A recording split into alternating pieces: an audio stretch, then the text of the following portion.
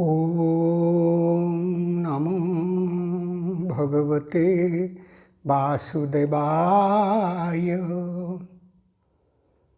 One question is asked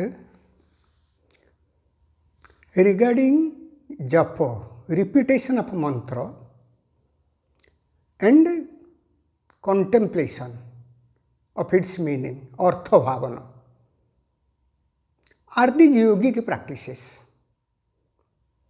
I think this question should be those who practice yoga, they should have clear understanding. Normal understanding is japa or repetition of any mantra or syllabi is a practice in the path of devotion, bhakti.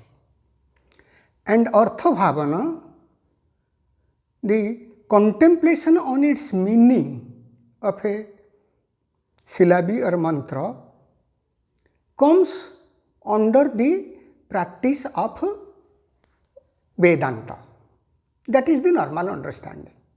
And it is correct. There is nothing wrong. But saying that this does not come under yoga is not correct. Why? If that we will get answer from Patanjali Yogasutras, from the very first chapter, Samadhi Pada.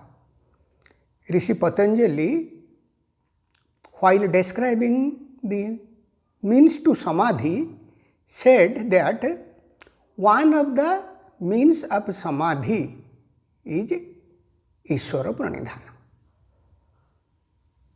practicing Ishwara.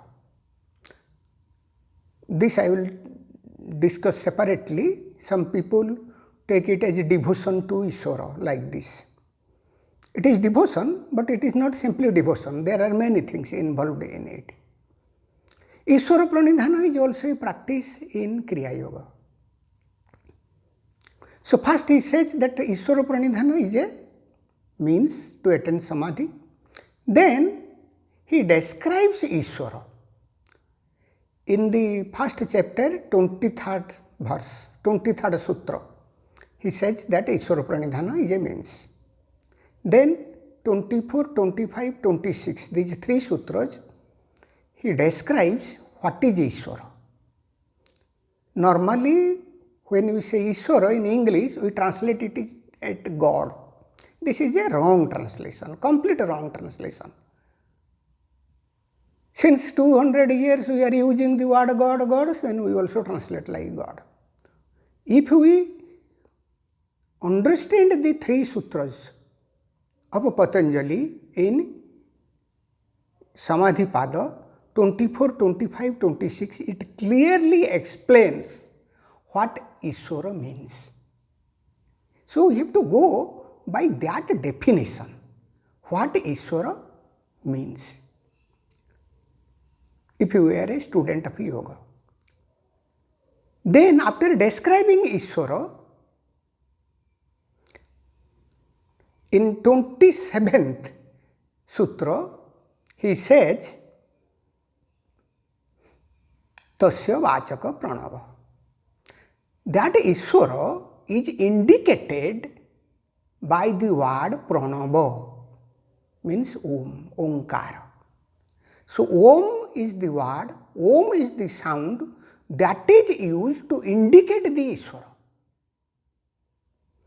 After telling this, he is saying, Tad japa, tad artha bhavana. That is how they practice. He clearly describes, Tad japa. Repeat that syllabi, Om. Tad japa. You have to repeat it, Om, again, again, again, and again. That is why in Kriyayoga, when we do Nabhi Kriya, some people also call it omkara Kriya, there is repetition of Om in each chakra. So, that repetition is not a yogic practice, actually it is not. We do it in Kriya Yoga. We do repetition again and again in each chakra, concentrating Om, Om, Om, Om. Then, what is it? Tad japa, tad artha bhavanam. Contemplate on the meaning of that syllable. Contemplate on the meaning of Om. So, artha bhavana or contemplation is clearly prescribed by Rishi Patanjali as a yogic practice in practice of Kriyayoga, because when Kriyayoga he is describing, he is saying Tapa Swadhyaya Ishwara Pranidhana, he is bringing again Ishwara Pranidhana, and here he is saying tad japa tad artha bhavana. But in normal practices in different yogic traditions, we don't see much mantra japa, not japa of any syllabi. We don't see, we see, but it is less. But it is there. The repetition is there, japa is there. Normally they don't do artha bhavana, normally. But it is not that artha bhavana is not a yogic technique, it is only a technique in a vedantic discipline is not correct. Artha bhavana is clearly indicated by Rishi Patanjali for Ishwara Pranidhana. You have to contemplate on the meaning of pranava. Contemplation is there. Normally people don't practice. That does not say that this is not a discipline or this is not a technique in Kriyayoga or in any yoga discipline. No, it is a discipline. In yogic practices, we can make contemplation. We can do artha bhavana. We have to analyze the meaning. Do it again and again in our mind. Japa, repetition, and artha bhavana, contemplation. These two are clearly yogic practices, and for Kriya Yoga also this is a practice. But normally in our tradition of Kriya Yoga, though japa is there, repetition is there, contemplation is not there. Not there means normally people are not doing, but it is not a technique, that is not correct. It is better if someone can contemplate, because contemplation needs a developed intellect. Without a developed intellect, one cannot do the contemplation. So normally what happens, in the beginning, people practice concentration, dharana, then meditation. One who goes on practicing these techniques, then over a period, he develops his intellect.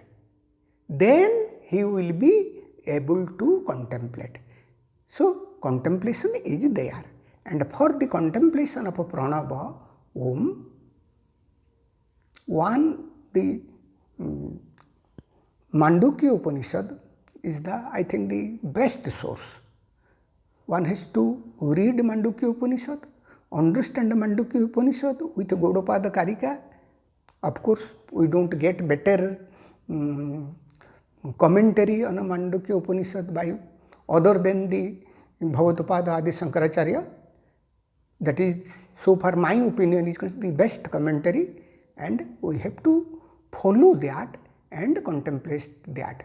Normally it is not a practice, that does not mean that it is not there. It is there.